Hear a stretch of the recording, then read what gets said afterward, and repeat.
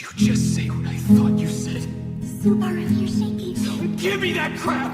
There's nothing easy about giving up! Nothing! You think I'm just doing nothing, thinking about nothing, cutting myself off from everything, throwing my entire life away, leaving every last thing I know and care about behind, and that's all it took for me to call it quits? That's a lie! It was never that easy for me! It was so much easier for me to go on thinking that there was something I could do to make a real difference. But I know now that there's nothing I can do. There's no way out, understand? The only path everything leads to is giving up. If I could do something, then I'd do it. I swear that I would.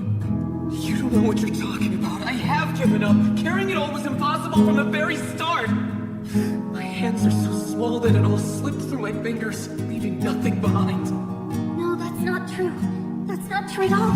You have... Bullshit! What do you know? What the hell do you actually know about me, huh? Nothing! I'll tell you what kind of man I really am. I have no strength, but I want it all. I have no knowledge, but all I do is dream. There's nothing I can do, but I struggle in vain like an idiot. I hate myself! All I do is talk a big game and make myself sound like a big shot when I can't do anything! I never do anything, yet I complain with the best of them like it's my job or something! Who the hell do I think I am?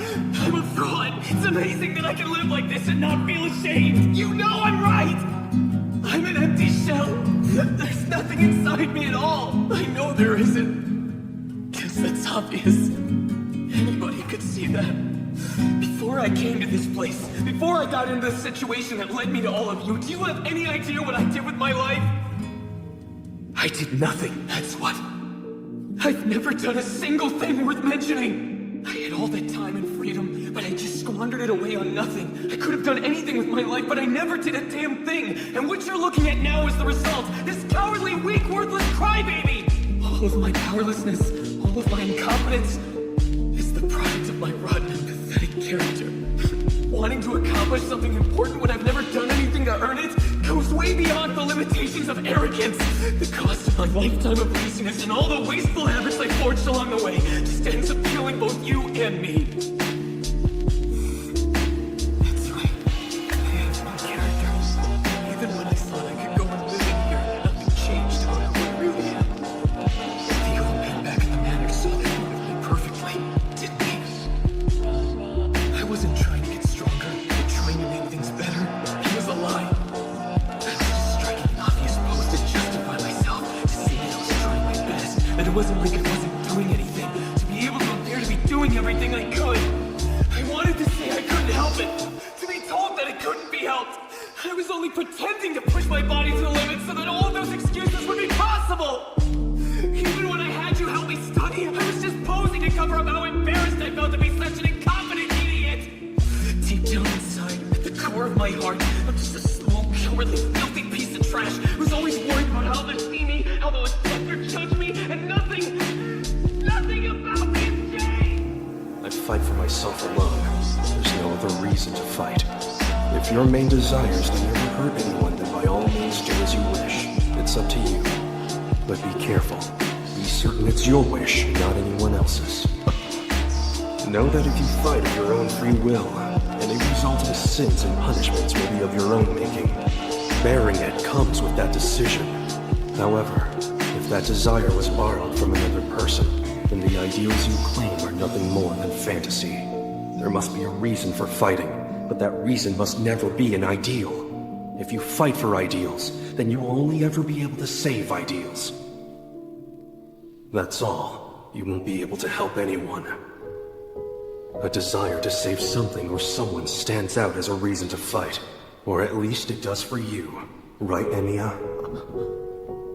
Salvation at the hands of another is never true. Such salvation is like currency. When used, it passes on to another. It's indeed true that your wish to save others can probably be achieved. But in doing so, you must give up all hope of saving yourself. You shall cling to ideals not your own, and you will pursue them until it destroys you in the end. And that is why these ideals you hold so dear are meaningless.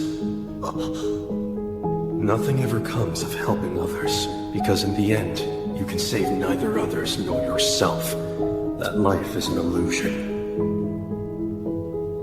If I may, I'd like to pose an interesting question. Are all human beings truly equal?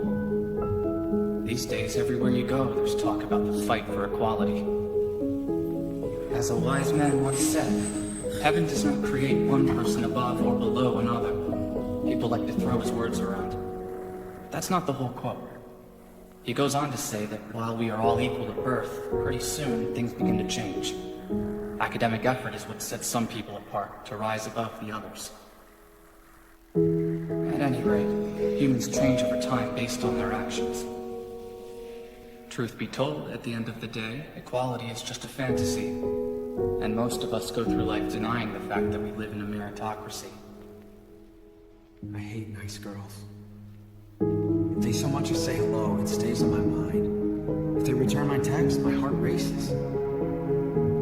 The day one calls me, I know I'll look at my call history and grin. But I know in my heart, it's just them being nice. People who are nice to me are also nice to everyone else. I almost end up forgetting that. If the truth is cruel, then lies must be kind. That's why kindness is a lie.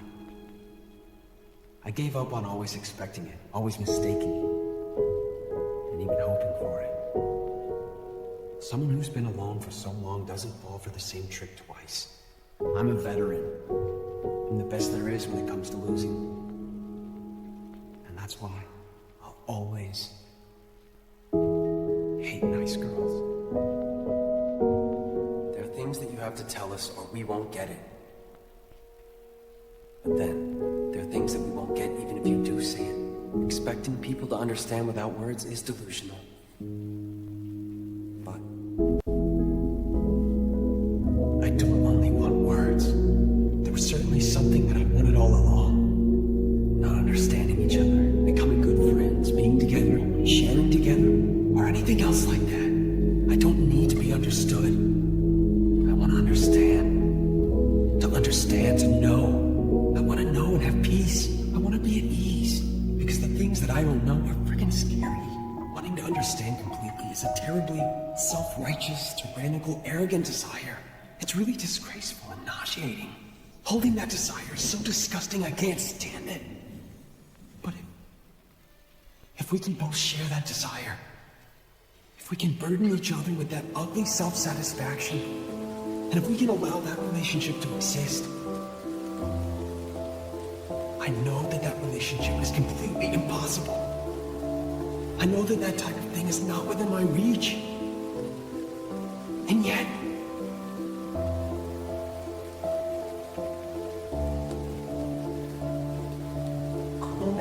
I find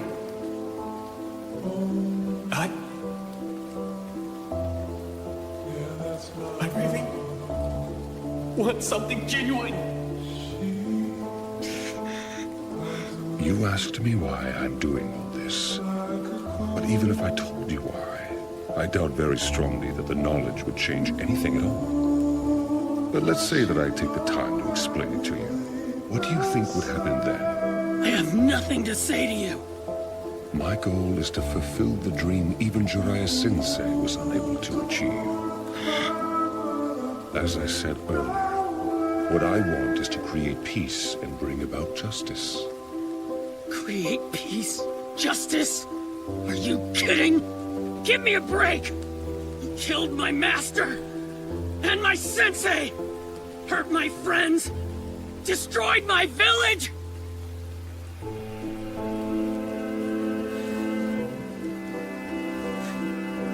After all of the horrible things that you've done, don't you dare talk about peace and justice!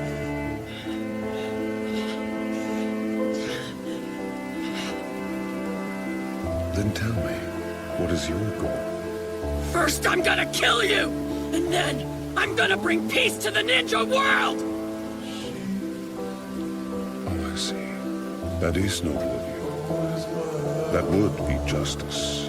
However, what about my family? My friends? My village. They suffered the same fate as this village at the hands of you, Hidden Leaf Ninja. How is it fair to let only you people preach about peace and justice?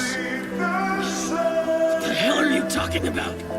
Once, the Land of Fire and the Hidden Leaf had grown too big. To protect their national interests, they forced feudal clans to wage war against each other and profited from it. Otherwise, the people of the villages would have starved. As it happened, our little nation and its villages became the battlefield where the great nations waged their war. Each time they did, our nation was ravaged and laid to waste. After many such battles, the Blade Nation stabilized, but our small nation suffered, and it barely recovered. You and I are both seeking the very same thing. We both want to achieve the peace that Jiraiya Sensei envisioned. You and I are the same. We're both motivated by our desire for peace and justice. The justice that I have delivered against the Leaf Village is no different from what you are trying to do to me. Everyone feels the same pain in losing something dear. You and I have both experienced that pain. You strive for your justice, and I strive for mine. We're both just ordinary men who have been driven to seek vengeance in the name of justice. And if one comes to call vengeance justice, such justice will only breed further vengeance and trigger a vicious cycle of hatred. Right now, we live in such a cycle. I know the past and can foretell our future. It is the same as our history. So we believe that human beings simply cannot understand each other, and they never will. The shinobi world of ours is ruled by hatred, and hatred alone.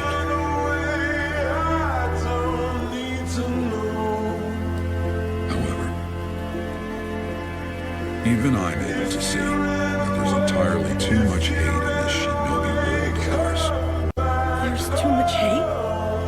I've always wanted to do something about all of this hatred. I'm just not quite sure how to go about it as of yet.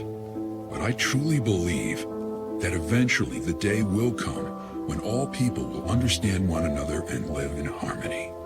Boy, it sounds kinda complicated to me. And if I can't find the solution to this problem, then perhaps I'll entrust you to find it instead. Eh, Naruto? Yes, sir! I can't turn down a request from my master, can I, Pervy Sage?